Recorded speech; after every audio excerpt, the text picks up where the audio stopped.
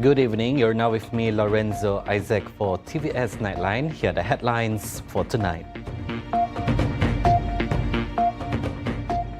Two Royal Malaysian Navy helicopters crash in mid-air, killing all 10 crew on board. The sister of one of the victims says to remember her not just as a soldier, but also as a loving mother.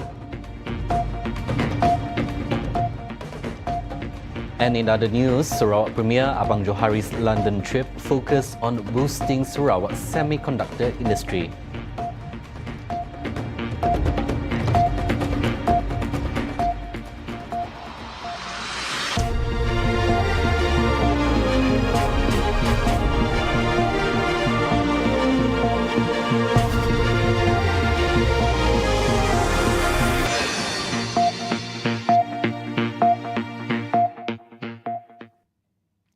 Two Royal Malaysian Navy TLDM military helicopters collided and crashed during a training session earlier this morning, killing all 10 crew on board. Footage shared online showed several helicopters flying low in formation over the Lumut Naval Base, located about 160 kilometers from Kuala Lumpur. One chopper was seen clipping the rear rotor of another, causing both to go into a tailspin and crash. The helicopters were participating in a fly-past rehearsal ahead of Naval Day celebrations scheduled from May 3rd to 5th. The Malaysian Fire and Rescue Department said the two aircraft involved were a Eurocopter Fennec and a Home M50303. Photos circulated online showed the Eurocopter model heavily mangled in the wreckage of the Naval Base Stadium track, with rescue personnel surrounding it as well as various debris. The August Westland helicopter, meanwhile, crashed at the Naval's Base swimming pool area. The Royal Malaysian Navy, in a statement, confirmed there were no survivors and that an investigative body will be established to determine the cause of the incident. Meanwhile, TLDM also urged the public to refrain from sharing videos of the incident to protect the sensitivity of the families of the victims and to preserve the integrity of the investigation process. In the meantime, the bodies of the 10 victims have been successfully recovered from the two crash sites as of this afternoon. Perak Police Chief said all families of the deceased had been notified for identification purposes. He added the bodies will then be brought to Raja Permaisuri Bainun Hospital for autopsy after the identification process is completed. Remember JOANA as a good daughter, a good sister to her family, and as a doting mother to her children. Vivienne Rohna, the sister of the late JOANA Felicia Rohna, one of the victims of helicopter tragedy in Lumut, Perak, admits she is still shocked by the loss of her beloved older sister. Vivienne, when met at her residence in Serian, said her father received a call informing them of the incident involving the late JOANA. But the family members were already anxious after hearing about the incident on social media. Last year balik pun gawai last year. So Christmas tu memang dia tak balik lah, jarang. Tu cakap sebab tak berapa tahu sangat sebab macam tengah syok macam tu lah, macam tak percaya macam tu. Sedih juga sebab dia seorang je kakak. Tapi yalah, reda aja, percaya dekat Tuhan. Maybe Tuhan sayang kat dia kot, lebih sayang kat dia. Meanwhile, another sister of the late JOANA, Diane Yan's Love, could not hold back her feelings when remembering her beloved sister. Time balik rumah, dia selalulah bergurau-gurau pas semua dengan kami.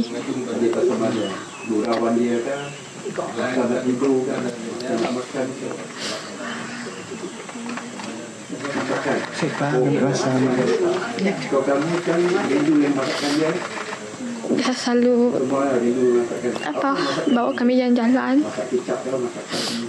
bergurau, ketawa-ketawa. Sambal tumis. Sambal nasi lemak. Oh. Itu satu yang best. Macam adalah selalu time masak, dia selalu ajak masak, buat video TikTok apa semua. Dan juga pesan dia satu sebelum dia balik ke Perak, nenek jaga Datuk, jangan suruh dia tak makan, jangan suruh dia bekerja keras.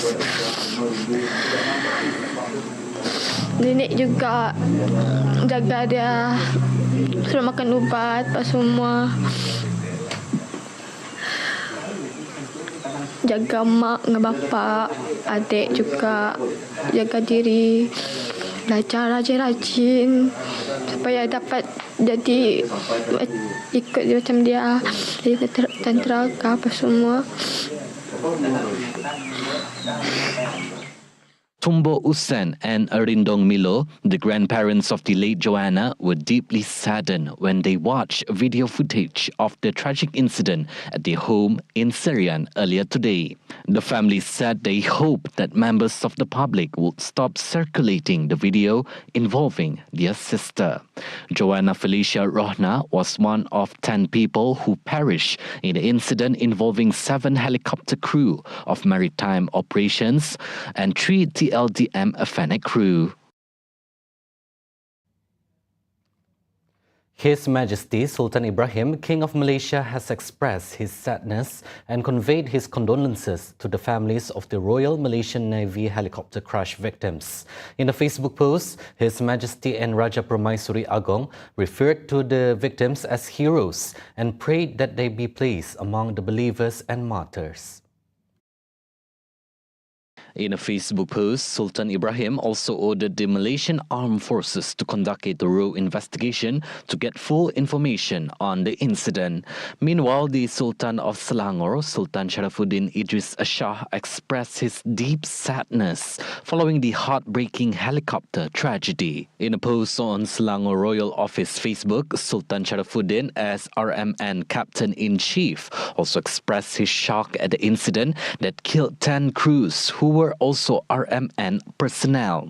He would also like to convey his condolences to the next of kin and families of RMN members who died and hope that they will persevere in the face of this tragedy. The Sultan said that the departure of 10 members of RMN was a great loss to the TLDM and the country. Echoing the Sultan's sentiment, Prime Minister Datuk Seri Anwar Ibrahim also said that the tragedy had deeply affected the Malaysian Armed Forces family and was a great loss for the country. He extended condolences to the families of those who perished and prayed for them to be given strength in facing the tragedy. He added the nation as a whole is in mourning with the families of the deceased. Deputy Prime Minister Datuk Seri Fadilah Yusof described the collision of 2 helicopters that resulted in 10 Navy personnel losing their lives as an unfortunate accident. As such, he urged the public to refrain from making any speculations. Memang mereka sudah membuat latihan dan sebagainya. Bila berlaku kemalangan, kita yang membawa kereta pun boleh berlaku kemalangan walaupun dah berpuluh tahun membawa kereta kan. Jadi kemalangan, bila kemalangan kita terimalah ianya sebagai satu kemalangan dan yang lainnya biarlah siasatan itu nanti akan kita tunggulah hasil daripada siasatan pihak yang berwajib. Meanwhile, he also requested the public to respect the feelings of the families of the victims involved and not to circulate any images or videos of the highly sensitive incident. He reiterated that the tragic incident was not only deeply saddening for the families, but also grievous for the nation and the Royal Malaysian Navy, TLDM, as they were set to observe TLDM Day on Friday, marking its 90th anniversary. Earlier today, Prime Minister Datuk Seri Anwar Ibrahim announced that assistance and support for the families of the helicopter accident victims will be provided. The 90th anniversary celebration of the Royal Malaysian Navy in Lumut, Perak, expected to take place this Friday, has been cancelled. Defence Minister Datuk Seri Muhammad Khalid Nordin said that instead, the event will be replaced with a tahlil and a prayer ceremony to honour all the families of the victims. kita batalkan, kita gantikan dengan majlis doa selamat pada hari Jumaat. Tahlil dan doa selamat. Dan ini atas perkenan juga Duli Yang Maha Mulia Sultan Selangor yang merupakan apa kehormat? Kapten kehormat Tentera Laut Diraja Malaysia. Begitu juga akan turut. Dia akan dikatakan begitu. Jadi yang hari pembukaan Ramadan itu Dibatalkan, digantikan dengan hari ulang tahun. hari pertama dan 3 dan 5 Semua batal. Semua acara dibatalkan. Kecuali yang tahlil itu kita akan buat. In the meantime, Muhammad Khalid reported that a TLDM personnel was in the swimming pool that was one of the crash sites, was confirmed to have suffered minor injuries. The injuries were inflicted by debris from the Fennec helicopter that crashed in the same location.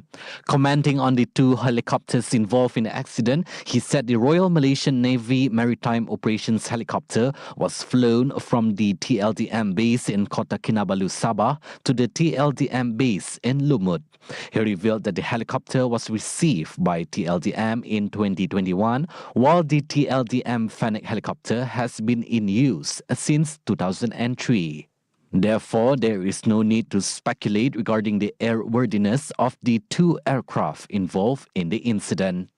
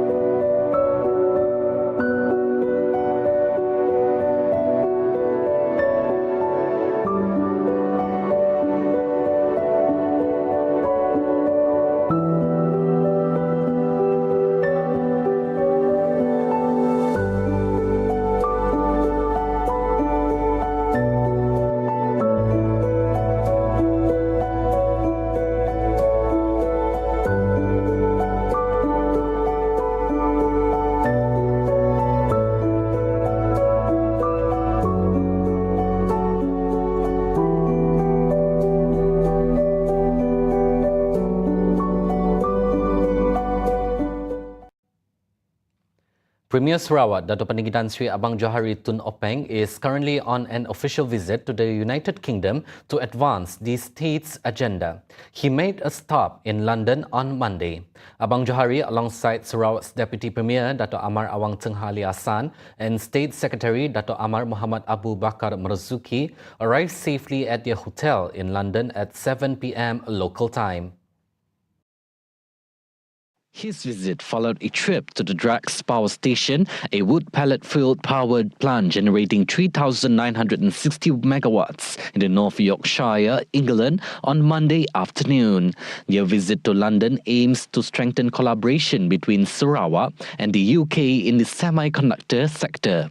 This continues Sarawak's effort to enhance ties with the UK in semiconductors, given the UK's importance as a global power and a major trading partner of Malaysia. Today, Abang Johari is addressing the Artificial Intelligence and Semiconductor Summit at the UK Parliament. At the same time, he will witness the signing of a Memorandum of Understanding between SMD Semiconductor and UK company CSA Catapult. This MOU aims to boost collaboration between Sarawak and UK partners to drive innovation in compound semiconductors composed of 2 or more elements compared to single-element silicon. Also speaking at the event are SMD Semiconductor's CEO Shariman Jamil and several UK government ministers. After the event, Abang Johari and the Sarawak delegation will head to Poland for a hydrogen technology forum. He will participate in the debate Regions for the Planet session, sharing Sarawak's perspective on renewable energy transition and environmental sustainability. Sarawak has declared its intention to follow in the footsteps of the Basel state government in Switzerland, which prioritizes public health care services. Deputy Premier Sarawak, Dato' Amar Dr. Sim Kui Han, said this in a Facebook post earlier today, adding that the mission and vision of the state of Basel resonate well with the aspirations of the Sarawak government. Dr. Sim, who is also the Sarawak Minister of Public Health, Housing and Local Government, expressed his hope for a future Memorandum of Understanding MOU between Sarawak and Basel. At the same time, he extended his gratitude to the pharmaceutical company Novartis, based in Basel, Switzerland, for selecting and trusting Sarawak as one of the main clinical research sites in Malaysia and as a site for early phase research globally. He stressed that this effort is part of Sarawak's high-value economic and talent development, as well as its efforts to reduce dependence on natural resources. According to him, Novartis is one of the top 5 multinational pharmaceutical companies in the world. The Basel state government is the richest among the 26 richest states in Switzerland, despite having no natural resources. Deputy Premier Sarawak, Dato' Amar Douglas Ugahambas, stressed the importance of adopting a need-based approach when seeking funds from the Units for Other Religions, UNIFOR. As such, he cautioned against inflating estimates simply because UNIFOR may appear to have surplus funds. According to him, such a perception is absurd, as UNIFOR is not a milking cow for excessive project costs. Uga highlighted cases where project budgets were disproportionately high, such as projects initially estimated at 2 million ringgit being inflated to 6 million ringgit. He urged grants to be based on genuine need rather than arbitrary factors. He also emphasized the importance of accurate verification by elected representatives. As such, he also stressed the need for transparency and accountability, particularly with houses of worship being required to submit regular progress reports to UNIFOR.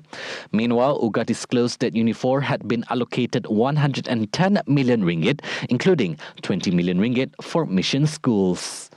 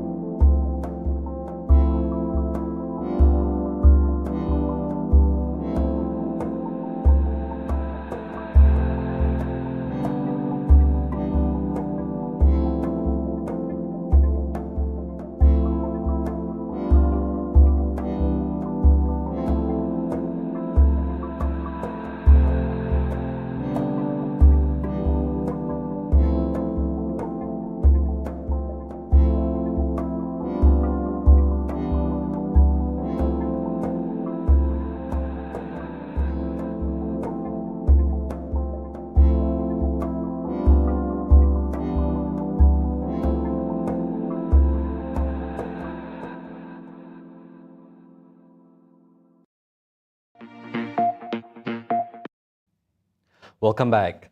Merging the Progressive Democratic Party (PDP) with the Sarawak People's Party (PRS) poses considerable risks. According to Minister of Tourism, Arts and Culture Sarawak, Dato' Sri Abdul Karim Rahman Hamzah, this move could potentially ignite tensions within local politics and disrupt the delicate political equilibrium in Sarawak. Datuk Tiong tu kadang-kadang mungkinnya suka bergabung ataupun berkahwin lebih lah. Tapi kita tu bila nak bergabung, punya bergabung dengan pembangkang, kita terima. Semua mengalu-ngalukan. Tapi bila bergabung, parti dalam JPS dengan parti dalam JPS, rakan-rakan dalam JPS yang lain pun akan tertanya-tanya, why do they need? Dan satu lagi, kalau dibolehkanlah, kalau nak bergabung dengan PRS, parti ini yang besar di antara dua, PRS ataupun PDP. Kalau kita ngikut formula PSB dengan PDP, satu parti patut membubarkan diri pun. Mungkin PDP membubarkan diri pun masuk PSB, masuk PRS. Mahu Datuk Tiong membubar PDP lah. Personally, I see there's no need. If the equilibrium is good, dalam politik sebenarnya kadang-kadang kita melihat equilibrium. If we have managed to attain a certain equilibrium, which is good already, don't rock the boat. Don't rock the boat. Tapi dia pun tidak mengatakan bahawa kita berusaha. He is just answering the call by an independent MP. An MP from Parti Malaysia. Recently, PDP President Datuk Sri Tiong Keng Sing expressed openness in merging with other parties following its merger with Parti Sarawak Bersatu PSP. This follows a Julau MP Datuk Larry Singh's suggestion on April 17 that PDP and PRS would merge one day since both parties have historical links, and it will strengthen the Gabungan Parti Sarawak coalition as well as the Dayak cause. This suggestion has since received mixed reactions from all parties. As of the first quarter of 2024, 390 projects under the Integrated Regional Samarahan Development Agency have been successfully implemented out of the planned 640 projects under this agency. Chairman of the IRSDA Steering Committee, Datuk Sri Abdul Karim Rahman Hamzah, said that out of the 390, 65 projects are still in the implementation stage, while 185 projects are currently in the planning stage. Projek-projek berjalan dengan lancar.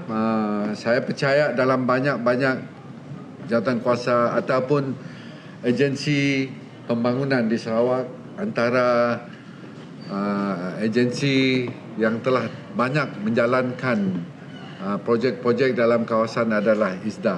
Sedikit sebanyak kerana ISDA terletak dalam kawasan yang prasarananya sudah agak baik, jalan rayanya mudah, pengantaran mekanikal, batu dan sebagainya, elektrik semua ada di sana. Untuk kawasan ISDA, alhamdulillah semuanya berjalan dengan baik. Dari segi projek prasarana tu nak sudah dijalankan 79%. He said during the IRSDA Steering Committee meeting number 1 2024 held at Baitul Makmur Dua Building, Petrajaya on Tuesday. Meanwhile, some of the projects completed by IRSDA include coastal engineering projects such as the proposed coastal ban and drainage system at Bajong Block D and Asajaya Drainage Scheme Block 2. River engineering projects like the proposed river improvement works at Gedong Phase 2 and the proposed riverbank erosion protection works at Kampung Sungai Buloh were also executed. Additionally, flood mitigation projects such as the proposed drainage improvement works at SK Muara Tuang and the proposed drainage master plan study in the Samarahan, Simunjan and Gedong zones were completed.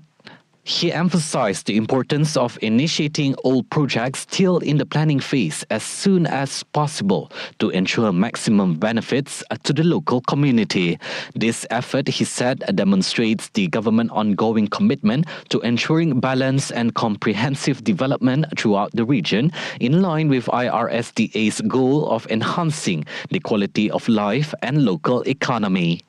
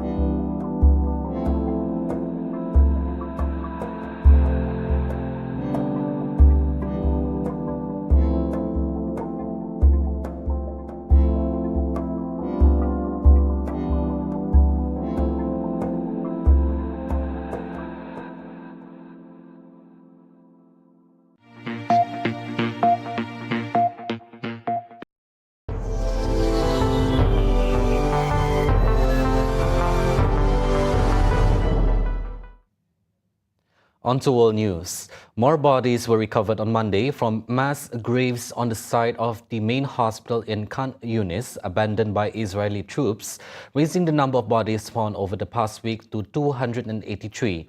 In the ruins of what had been a Nasser hospital, the biggest in southern Gaza, emergency workers in white hazmat suits digging corpses out of the grounds with hand tools and a digger truck. The emergency services said 73 more bodies had been found at the site in the past days. Israel says it was forced to battle inside hospitals because Hamas fighters operated there, which medical staff and Hamas deny. Gaza authorities said the bodies recovered so far are from just one of at least 3 mass graves they have found at the site. توجهنا إلى المكان، أتينا المكان بطواقمنا وقمنا بالمعدات البسيطة المتاحة لدينا بالتحري ومعرفة وجود الشهداء وأين انتقل الشهداء بشكل عام في المكان. وجدنا أن الاحتلال قام بعمل قبر جماعي. حسب البلاغات الواردة إلينا أن القبر به مئات الشهداء. يعني وردتنا إشارة ب400 شهيد، وردتنا إشارة ب300 شهيد. قمنا على مدار أيام، اليوم الثالث تقريبا، استخرجنا في ال3 أيام ما يقارب 150 شهيد. هنالك مجهولين كثر وهنالك ناس معرفين من خلال الكتاب على أكياس الموتى. Israel is accused of carrying out executions at the hospital and covering up the crimes by burying bodies with a bulldozer. Israel strongly denies having carried out executions. The Gaza Health Ministry said in a statement on Monday that at least 34,151 Palestinians have been killed and 77,084 wounded in Israel's military offensive on Gaza since October 7 last year. Over 70% of those killed are women and children. Taiwan experienced numerous earthquakes overnight and continuing into Tuesday, causing buildings to sway and some to tilt. The government identified these seismic events as aftershocks stemming from a massive and deadly earthquake that struck the island over 2 weeks ago. The strongest, which the U.S. Geological Survey measured at magnitude 6.1 HLT around 2:30 a.m. local time, followed minutes later by a 6.0 tremor. Taipei Central Weather Administration put them at 6.0 and 6.3 respectively. Authorities said that there were no casualties reported so far, but the non-stop shaking meant a restless night, even for those in the capital Taipei, about 150 kilometers north, where walls and glass panels rattled in swaying homes. Meanwhile, around 8 a.m., a 5.8 magnitude tremor shook the capital as commuters made their way to work. It was reported that the tremor started Monday at around 5 p.m. and by about 10:30 a.m. the next day. And the Central Weather Administration said it had recorded more than 200 quakes. All had originated from Hualien on the central east coast of Taiwan. The mountainous county was the epicenter of a magnitude 7.4 quake that hit April 3rd, which Taiwan said was the strongest in 25 years, triggering landslides that blocked roads and severely damaged buildings around the main Hualien city. At least 17 people were killed, with the latest body found in a quarry on April 13. Those were the updates on TVS Nightline. I'm Lorenzo Isaac. Thank you for watching and have a good night.